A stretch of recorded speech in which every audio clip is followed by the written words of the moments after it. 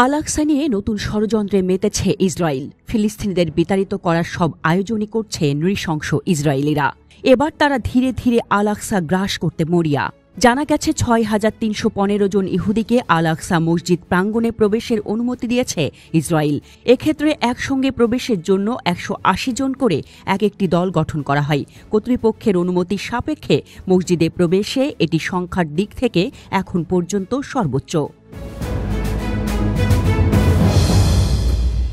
ইসরায়েলের নিরাপত্তা বাহিনীর পাহারায় মসজিদ চত্বরে ইহুদিরা প্রবেশ করেন। ইহুদিদের কাছে এই স্থান টেম্পল মাউন্ট নামে পরিচিত। এর আগের নীতিতে একসঙ্গে ৩০ জনের বেশি ইসরায়েলি ইহুদি আল-আকসায় প্রবেশ করতে পারত না। এখন সেই নীতি থেকে সরে এলো ইসরায়েল। ১৯৬৭ সালে ইসরায়েল এই স্থান দখল করে নেয়। এটি আন্তর্জাতিকভাবে দখলকৃত অঞ্চল হিসেবে স্বীকৃত।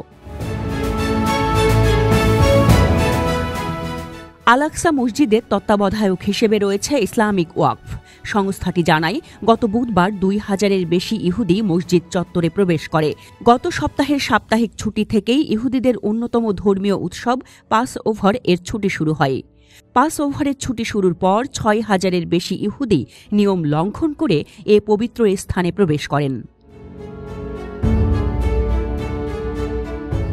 ইসরায়েলি পুলিশ বলেছে, কর্মকর্তারা পরিদর্শনের নিয়ম ও একসঙ্গে সর্বোচ্চ কতজন দর্শনার্থী প্রবেশ করতে পারবেন সে বিধি মেনে টেম্পল মাউন্টে প্রবেশে সহায়তা করেছেন। এ সংখ্যা নির্ধারণ করা হয়েছে সামগ্রিক দর্শনার্থীর সংখ্যা ও জননিরাপত্তা নিশ্চিত করার সক্ষমতার ভিত্তিতে। কয়েক হাজার ইহুদি পুণ্যার্থীকে জেরুজালেমের ওল্ড সিটির লায়ন্স গেটে নেচে উল্লাস করতে দেখা যায়। এ সময় মুসলমানদের মসজিদে প্রবেশে বাধাও দেওয়া হয়। ইসলামিক ওয়াকফের আন্তর্জাতিক বিষয়ক পরিচালক আউনি বাজবাজ বলেছেন যে, বুধবার এবং এর আগের কয়েকদিন আল-আকসা প্রাঙ্গণে যা ঘটেছে তা নজিরবিহীন এবং দৃশ্যগুলো রীতিমতো ভীতিকর। আউনি আরও বলেছেন, ২০০৩ সালে ২৫৮ জন ইহুদি বসতি স্থাপনকারী এ প্রাঙ্গণে প্রবেশ করলেও আজকের দিনে সংখ্যাটা হঠাৎই অস্বাভাবিকভাবে বেড়ে গেছে।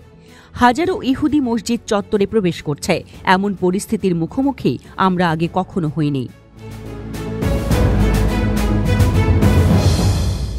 জেরুজালেমের প্রধান ইহুদি ধর্মীয় নেতা ধর্ম মেনে পবিত্র না হয়ে টেম্পল মাউন্টে ইহুদিদের উপাসনাকে নিষিদ্ধ করেছেন। আধুনিক পরিস্থিতিতে এই শর্ত পালন নাকি প্রায় অসম্ভব। তবে অনেক রক্ষণশীল ইহুদি বসতি স্থাপনকারী এ অবস্থানের বিরোধিতা করেন। তাদের মতে, যে করেই হোক পবিত্র এ প্রাঙ্গণে ইহুদিদের উপাসনা করতে না দেওয়াটা বৈষম্যমূলক।